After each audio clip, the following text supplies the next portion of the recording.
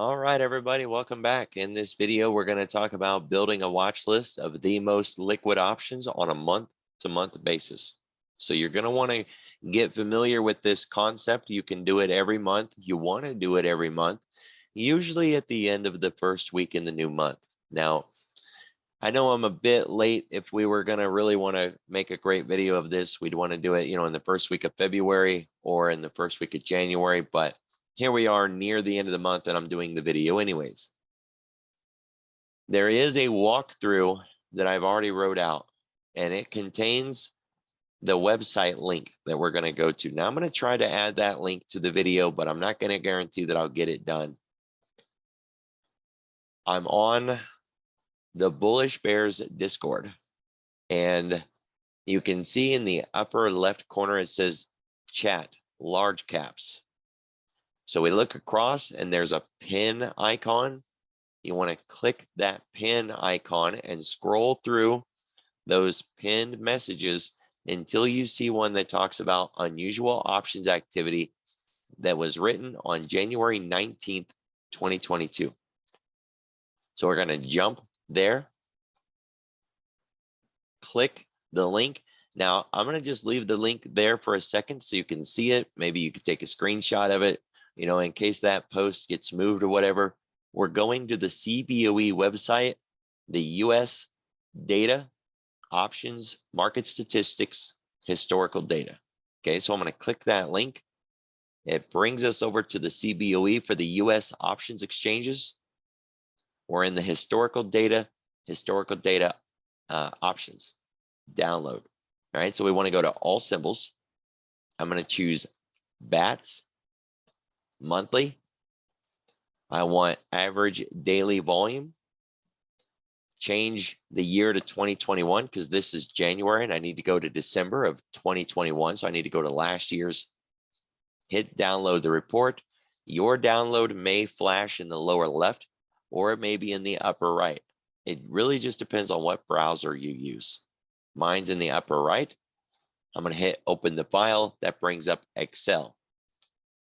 Now, at this point,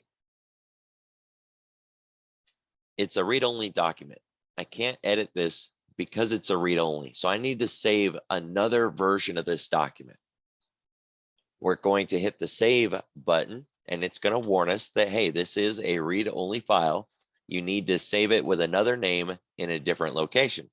So I'll hit browse. That brings me to my downloads. I'm going to call this the December options. Hit save. Now I've got one that is not a read-only and I can edit it.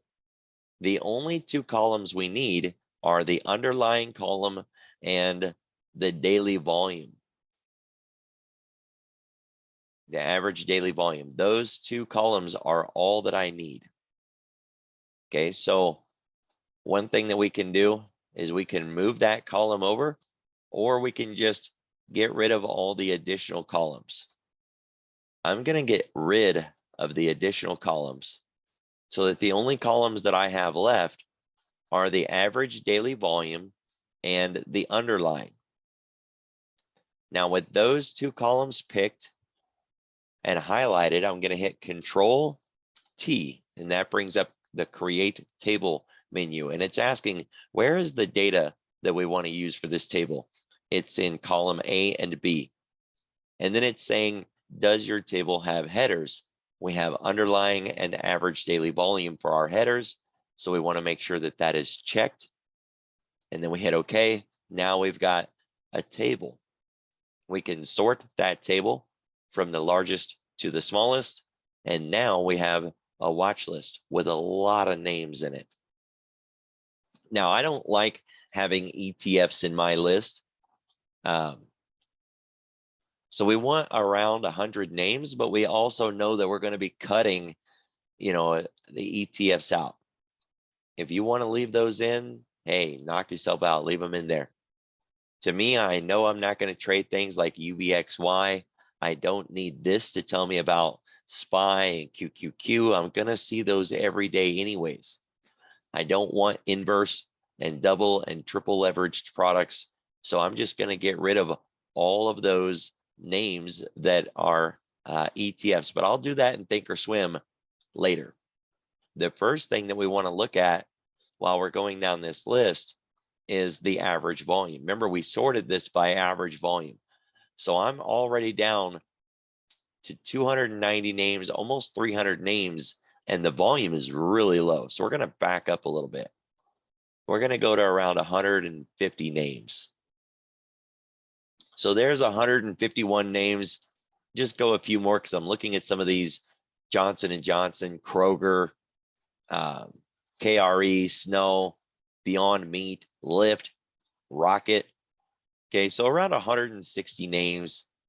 You know, that we'll even hit Google. All right, we'll go with just a little bit more. We can always weed it down later. So I got 167 names. I'm going to hit Control C. That copies it. Now we're going to go to Thinkorswim. Now in the Thinkorswim, we first want to create a watch list. So we want to go in and hit Create Watch List, give it a name.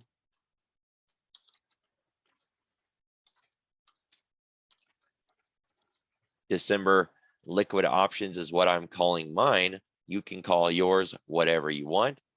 Then we're going to import from the clipboard and hit OK. Now that's a lot of names, so this may take your Thinkorswim a minute.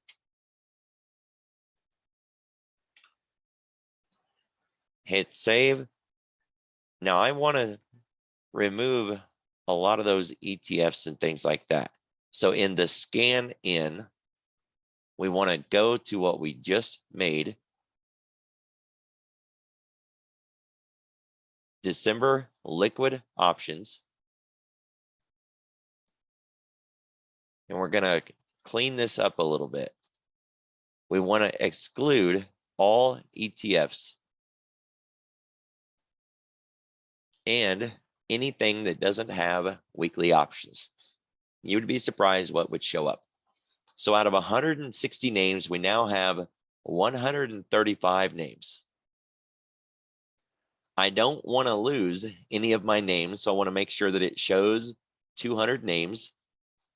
And we want to sort this.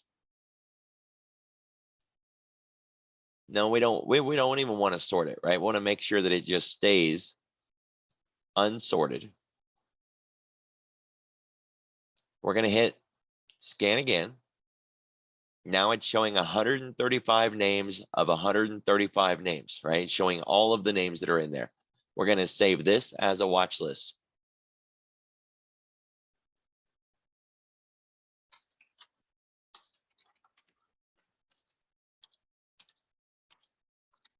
I'm going to call it my January options trade list. Hit save. Now, I want to get rid of the December liquid options. I don't need it anymore. Okay, so we don't want to keep it in there. That would just start to build up after a while. We'd have a lot of junk.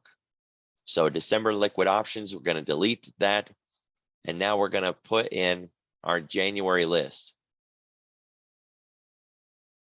January options trade list. They should be already sorted by the total amount of volume. So the names that were the greatest in there, and we're just to make sure, we'll hit no sorting. And now they're sorted by the amount of liquidity that they had when we brought them down from the website. Although, you know, they really look like they're in alphabetical order, don't they? They sure do. They should have been sorted by their liquidity, right? But there you go anyways. So since they're not sorted by their liquidity, I'm going to go ahead and sort them by their, see, we're still getting ETFs in there. BITO's an ETF, XSP, right? Maybe that can be as an ETN or something. So there's still some names that we can sort out on our own and get rid of in this list. That'll help make it a little smaller still. But I want to sort my list by market cap. Now we're looking at the most liquid options from December, and they're sorted by their market cap. And of course, Apple and Microsoft, Google, the FANG names are leading that list. If you did want to remove things that, ETNs, ETF indexes, you could get rid of the VIX, BITO, and XSP. It stands out down at the bottom with almost no market cap or none, right? So take those names off of the list, and we're just reducing it a little bit more. Let's see if I'm mistaking XSP. Nope, I'm not mistaking it. That's the mini SPX options. All right, so BITO is the new Bitcoin ETF. And VIX is the VIX index, Barclays S&P 500 ETF or ETN.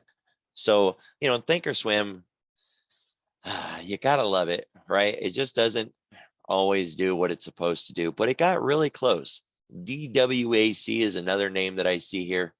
Maybe that's actually a company. Yeah, it's a Digital Acquisition Corp. All right, so most of this is what we're looking for. We now have a much smaller list, and it's not going to give us so many errors when we're trying to do things, right? Like putting watch list columns on and sorting these by those different market watch list columns. Now, what I recommend for you to do is on your own, use this list, use it in your scanners, sort it by, market cap or whatever it is that you want to search. And that way you're using it in a way that really suits you. And if there's names on here that you won't trade, just get them out of there. That way you don't even waste time looking at something that you already know you're not going to trade. Okay. So that's it, guys. Get used to doing this.